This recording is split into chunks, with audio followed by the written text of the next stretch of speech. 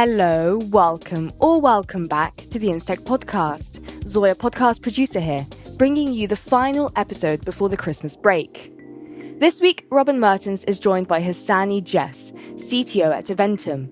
In this conversation, they explore Aventum's journey to becoming a truly tech-enabled insurance business.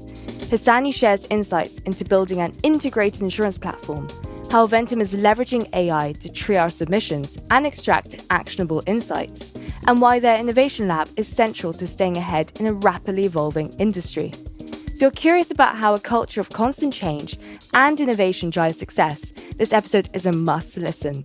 Now let's dive into the conversation.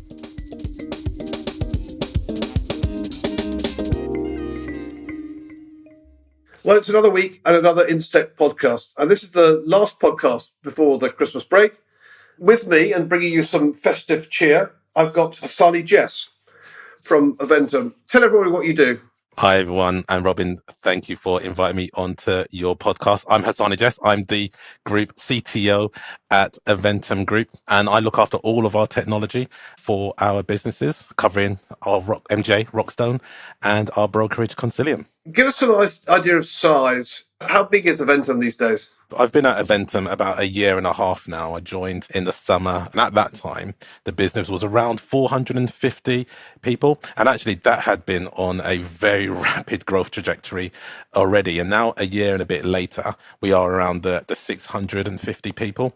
My function itself is around 100 plus in the technology group across the UK, US, and India. So we've been part of that growth journey too. 100 people doing tech. I'm going to come back to that. That's extraordinary. Firstly, what's driving the growth? Are you buying things? Is that organic, a mixture of both? I think there's an organic aspect to it, but our CEO and founder, David Berman, he's got a very ambitious goal to make us the best insurance business around. And part of that is clearly growing, delivering more products in more territories and more domains. And that is what then drives the need to grow the amount of people to really drive the business forward. It's a big job. What were you doing before you came to Aventum? So before I came to Aventum, I was working for Simply Business. I was the CTO there for 5 years. Fantastic business, another very tech-driven business.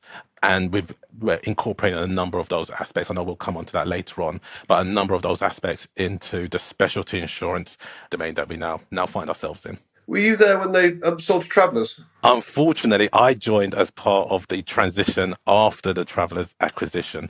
So there was a number of very happy people part of that business after the acquisition. But actually, what was really testament to that group of leaders at Simply Business was the business I joined was a very motivated and very driven business to succeed and to move forward, despite all the wonderful luxuries I'm sure some of those people benefited from the Travellers acquisition. But the business I joined was rapidly expanding in the UK. I joined there to help support that growth in the US, and it was a great journey there. And yeah, we've taken a lot of those lessons into supporting the growth right here at Aventum Group. I was going to say, you probably have to work really hard, whereas you ought to be, if you'd been there a bit earlier, you'd probably be pocketing your riches and gone off into retirement. Now, you've told me you've got 100 people, a CTO, it's across a rapidly growing estate, MGA and broker estate. Just get a stage deeper. What does the job involve? What are you doing from day to day? There's a reason behind those people. I'm not a believer in just growing headcount for the sake of it. We're in technology. We're about bringing technology, not just bringing people. We build things. We have our own engineers, and we're much more comfortable with leading a transformation where we have to create more than we just accumulate and configure. And that's with the people that we have accumulated to really help us on our mission to build the insurance platform that Aventum Group needs to drive its business that leverages the best of breed from around our industry, but is really focused on creating something unique for ourselves. Well, I'm going to ask you about that because you mentioned David Berman earlier, and he's known for being a tech enthusiast. Yep, he's definitely an advocate. He's given you a mandate, presumably, to go out and build this sort of technology that gives competitive advantage and presumably the budget to go with it. Where are you pointing your guns? What is it actually you're going to spend that money on, and how are you creating this differentiating technology? Yeah, so you're absolutely right. When I started working with David last year, he asked me to help with a technology strategic review of all the different things that Aventum Group had planned. Came up with a plan. He really liked it. He said, "Okay, Simon, this looks great. Would you join us and deliver this vision?" And I was more than happy to do. And the key thing to our success so far and where we're the direction that we're going is that leadership buy-in that's come from David and the rest of the executive team as well. So we are pointing our guns in all directions. I think one of the key differences between what we are doing and the opportunity that some of my peers have elsewhere is typically transformations happen in pockets. Whereas what we're doing at Aventum is we're looking at ourselves as a business. Our business has been evolving for the last 25 years under David's leadership, and it continues to evolve at pace, and that pace is only growing. And our belief is that the technology helps that growth across the board. So it shouldn't just be focused on our operational efficiencies, as important as that is. It shouldn't just be focused at our underwriting expertise, just on enabling our brokers to be more effective across the market. What we want is to connect the dots between them all. And that is what will give us a differentiator. So my transformation guns are pointed at the whole business. So we are looking at building technologies that integrate everything across the whole of Aventum. And that is the real benefit and the joy that my team has to solve problems right at its roots. So rather than bits and pieces across the platform, we're creating one integrated platform that has a single source of data truth, single source of logic truth, and is understandable to our business too. Talking there about one business, is the tech that you're providing to the brokers the same as the tech that you're providing to the MGA, or are there subtle differences between the strategies for each one? Absolutely, they are different. So what the brokers need is completely different to what our underwriters require, which is completely different to what our IBA function. So they are very different. But the beauty of having a consistent platform is you get to solve the problem at source and destination. Because we're controlling both front and back, that is what enables us to create solutions that really fit the business need specifically. And yet a brokerage doesn't want the same capability as an MGA and vice versa. So we've got workbenches for our brokers that we're creating, similar on our underwriting side too. You wouldn't be the first person to come to an Instech podcast with a grand vision and a big technology budget and say, we're going to do all these great things. And then some don't. But those that don't normally get headed off at the pass by the underwriters or the brokers who say, I'm quite happy with the existing crappy tech that I've got, and I'm going to carry on working in the old-fashioned way. Is that a problem there? And if not, have you overcome it? So I think that's a fair critique of any transformation anywhere, whether that be in insurance or other marketplaces. For us at Aventum, I think I benefit from a number of things being the technology leader at Aventum. And one of those is the culture that we have to be better, continually be better. So our underwriters, they do a brilliant job today with the tooling that they have today, and they make it work there. Creative people, similar to brokers, they've been successful serving our customers for many years, despite any compromises in technology that they've had to deal with. I joined a really successful specialty reinsurance business. What I want to be part of is a really successful specialty insurtech business. And that is what we want to do. We want to really take the shackles off our underwriters and our brokers to enable them to be even more successful in their operations, because tech is really pushing them forward. You're bringing the word insurtech back into fashion. I never quite work out whether being an insurtech is a good thing or a bad thing, but when I hear you in that context, it's a sort of, we want to be an insurtech. In other words, we want to be known for the tech enablement of our business. That's good to hear. But it's not just you, is it? There's lots of you. Those 100 people, what does it comprise? Give us an idea of the sort of the key members of the team by job and the sort of breakdown of the task force. I'm really fortunate to have a fantastic leadership team. My lead architect, Tanya, she is phenomenal. She's the brains behind the technology that we're building. I've got a fantastic head of data that is really building a data platform that is really going to be transformational for us as a business. I have a director of delivery, and I've got a head of innovation. We'll talk about innovation later on. He's really becoming more and more prominent in our space for the innovations that he's bringing to the table. And my head of IT, ensuring our systems and our process and our services and our security is in a really strong place. And what was a bit different to many other places, my head of engineering, he leads our engineering functions and those developers that are building the bespoke system for us. And then that breaks down into a number of teams. We are a product organization. So I do have an IT function, service desk, service management, security, etc. But from a delivery perspective, we are a product-centric business. We are delivering products. I have product managers who all report to me, and those product managers work closely with all members of our business to ensure the products that we are building are meeting those direct business needs. Product is based on a lot of agile delivery principles, and that is also what protects us from making too big a mistake, but also keeps us engaged and directly connected to our business stakeholders. Do you buy any technology? It's quite clear that you are backing yourselves to build your own technology. You've got the engineers and the team to do that, and there's no better way of getting competitive advantage than having a unique tech capability. But from time to time, do you see something you think, that's not something I'm going to build, I'll buy that in? Oh, absolutely. So I wouldn't be so arrogant to say we can build everything ourselves. We have bought and we continue to buy best of breed tooling that is going to fit our ecosystem. And I'd encourage any suppliers or others who are delivering solutions into our marketplace to just continue that trend of making your systems and tools easy to work with. One of the things that outside of insurance, most SaaS providers or new tech, they pride themselves on being developer friendly. That is their route to market. Is our systems are really friendly for developers to interact with, integrate into your systems, and to become a part of your system.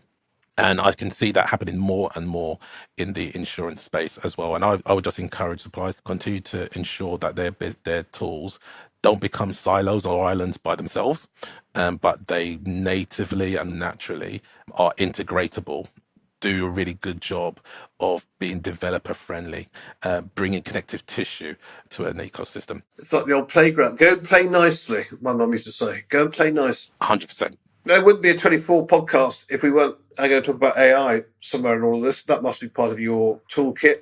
And I saw your announcement that you're using it to triage submissions. Tell us a little bit about that. Two things are really, how are you using it, but more broadly, how you see AI in the context of all the things you're hoping to deliver. James Fairgrave is my head of innovation. He leads up our innovation lab, and they're continually experimenting. That's part of our process, is to have that innovation lab that is living in the future. We can then leverage those learnings into our systems. The innovation lab, we're exploring how can we automate the triaging of submissions? How can we assist with understanding whether something is in risk or not? And the LLM or the generative AI capabilities is a great area to explore that type of work. So they worked on that for quite some time to work out which models would be best. How do we leverage them in the best way? And they delivered their first experiment results back in summer. And that's been the way I see the latest generation of AI solutions, because as we all know, people have been building AI, or more specifically machine learning systems, for many years. But with the latest AI, if made your unstructured data all of a sudden very valuable. Before then, you could look at it as problematic. We've got all this unstructured data. How do we get the value out of that black oil? And I think with the LLM revolution since the last year and a half, it's turned a lot of that unstructured data into something that could resemble structured data. And I think that's a big key for the insurance industry that is awash with these documents and these policies and these contracts. And I think as more and more businesses understand the power of AI, how they can leverage that into their businesses, it's just going to make it better for all of us to work together more effectively. Are there any other specific use cases you're working on, or Does that fall into that category that says I'm not going to talk about them because I don't want everyone else to know what I'm doing? So I'll talk about one more at a high level because we want to keep some of the secret sauce for 2025. There's more and more AI that is coming out around analytics. So understanding the data itself. And again, it's using that same generative paradigm where you can analyze a load of information and start to make sense of it. When I was growing up in my engineering phase of my career, we used to call it actionable intelligence. How do I turn all this data into an action? And you could have a copious amount of data analysts to try to discern insights out of this data. And I think that is something that's also going to be more powerful going into next year. I know Microsoft are releasing a number of things. Amazon have just announced a number of tools that they're looking at to bring natural insights into the data that you're storing with them. And that's something that I'm quite excited about too. I think there's going to be a real dichotomy in 2025 between those who see this tooling as a way of getting just structuring unstructured data. So they're pleased just to have the ability to structure it. And I think there are those who are going to fast track and will say it's not just about structuring, because now I can structure and start decisioning, and I can suggest the next best steps, or I can say something's out of scope. And it's what some previous guests called the decisioning economy. It's no longer a data economy, it's a decisioning economy. And I quite like that. It's the difference between I'm improving my data. I'm taking my data for granted. I'm now working on how I make better decisions as a result of that data. It feels like a sort of different paradigm to me. Look, you mentioned James Fairgrave earlier and the Innovation Lab. How does that work? Again, probably 5 years ago, lots of people had an innovation lab. Some of it was theatre. He has a genuine interaction with the rest of the team there, and he has got a mandate to go out and find innovations, both internally derived and externally derived, hasn't he? So he's a core part of my leadership team. Innovation is part of what we do here at Aventum. And if I made it a bit more abstract, even before me joining and James taking his role, I think Aventum has always been a quite an innovative business when I look at the history. Solving problems and looking for new opportunities, that is innovation. And I think we've always been an innovative business. We're just taking it to that same culture, those same principles, and applying it in the technology area. And what we've created is the Innovation Lab. They are a dedicated group. They have a focus on learning and documenting those learnings so everyone else can benefit. However, they are not a separatist group just doing their own thing. What they are trying to learn, what they are trying to discover, is directly related to things that we believe we are going to need in 6 months, in 9 months, in 3 months. And as engineers, as technologists, one of the things that makes you a good technologist is your ability to learn, right? We need that ability to learn. And what the Innovation Lab gives us is an accelerated route to learning some things. It's not to mean the rest of our team don't need to learn everything. They just consume. We expect them to learn things too. We expect them to grow as individuals. But what the Innovation Lab gives us is the opportunity to say, okay, we want to learn about this self technologies. We want to learn about this self solutions. Can you guys just go and focus on that without the burden and the pressure of a specific delivery or a specific project that you've got to deliver? Can you go and learn that, bring back the learnings so that our teams can accelerate the usage of these tools and techniques? So having James as a core member of our leadership team and having the Innovation Lab as a core part of our tech ecosystem is really crucial in just making sure there's a natural flow of learnings and requirements backwards and forwards between all the groups. Understood.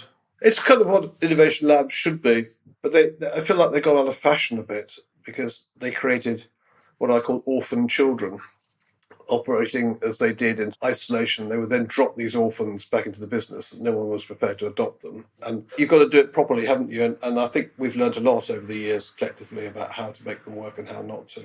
And I think there's so many different, similar with innovation, data, engineering. Everyone's got their own model of how they do it, and a lot of that depends on the structure you've got in your business and how these things delineate.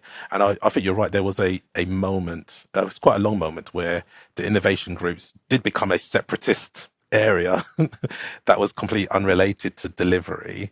And then you just end up with very split agendas where they're coming up with all these wonderful learnings or discoveries, but they weren't particularly valuable to the running of the business. But these things come in cycles. Robin, I know you've been around a lot longer than me. You've probably seen these cycles go backwards and forwards for decades. No, but it's still very nice to see someone making a success of it. So, come on, how many people are going to be in your team at the end of 2025? So 2025, I'm expecting it to be reasonably similar. So I'm not expecting to have to grow again. We went on a big scale up journey in 2024, and we always grow because the expectations of the business will continue to grow. My business is continually transforming. Aventum is continually transforming, and we need more. We always need more. So I'd expect that to grow and have a 5-10% over the next year. But I'm not expecting to have to scale up again in 2025. We've got a fantastic team. They're already delivering. They're already making a big impact. So I'm really happy with what I've got. And yeah, we'll grow incrementally as required. It's a self-fulfilling prophecy, isn't it? One hopes people listen to this podcast and think that would be a really good place to work, given the story that they're telling and their clear desire to embrace technology. We're getting near the end. The question that I half-asked, but I'm going to come back to, you're not the only broker and MGA group that thinks that there's a possibility of tech, but you are patently succeeding. You're growing fast. The numbers suggest that. Aventum's a business with a great reputation. Why are you succeeding where so many people who've gone on this journey, at least theoretically, have failed? Difficult to say because I think everyone's situation is unique and different. One thing that I would say that I believe is made us successful and I believe will continue to make us successful is the culture that we have. Like I mentioned before, we are innovation and progress is in our DNA. It's in the DNA of the business. And what that means is people understand and expect change, right? You may not always agree with the change, but you expect it. You expect something is going to be changing. A new business has kicked off. You'll probably see on our LinkedIn feed every month or two. Oh, there's a new business. There's a new bit of capacity. There's a new agreement. There's a new self-contracts. There's a new self-capabilities. It's constant. There's constant change. There's constant growth. And I think because of that culture, having a transformation, even though it is bigger than a typical transformation, having a transformation like that kind of feeds into that dynamic. This is just part of the change. We are growing and we need to change and we need to work together on that. And maybe others haven't made that very clear decision of we need to change. I think that can be sometimes really challenging for a business is you're betwixt two areas. One hand, you might say strategically we need to change, and on the other hand, tactically you think no, we need to stay the same because it's working, or it's going to be too expensive, it's too risky, and you can fall between those two areas, and that might be one of those issues. I wrote this blog post. Anyone can see it on my LinkedIn page a few years ago about the price of success is legacy, and many businesses. Some of those favorite brands that you may be thinking about, they struggle with transformation because of legacy. And what I was writing in that article is actually that legacy is because you were successful. Whatever it is that you created made you successful. And then one day we look at it and we call it legacy. And Aventum Group, I've got my own legacy that I have to deal with. So I wouldn't say that that's an easy ride. We have some of the same challenges that some of our contemporaries in the marketplace has. I just think maybe a difference will be the culture that we have to support that change, the desire to make the change work. And I wouldn't sideline the amount of talent that I've got in my team that from across the market, from other industries who are bringing in immense amounts of skill and ambition and energy to make that change happen. I think you need all of that to be successful.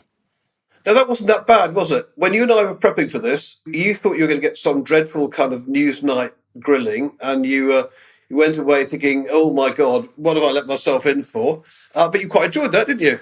It's been a great chat with you, Robin. I knew it was going to be great. I've really enjoyed it. Hopefully your listeners have found some value in the conversation too. I know I've enjoyed it. Thank you so much. Not at all. It's been a great pleasure to have you. It's a great pleasure to work with Aventum. And well done on a very good 24, and look forward to seeing you again in 25.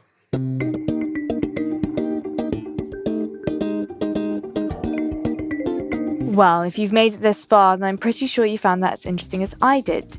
If you haven't already heard, Exponential Risk London is a new 2-day conference hosted by Instech, dedicated to addressing the evolving needs of the global catastrophe and climate modelling community. Tickets are now on sale, and hopefully we'll see you in March. That's all from us this week. Goodbye.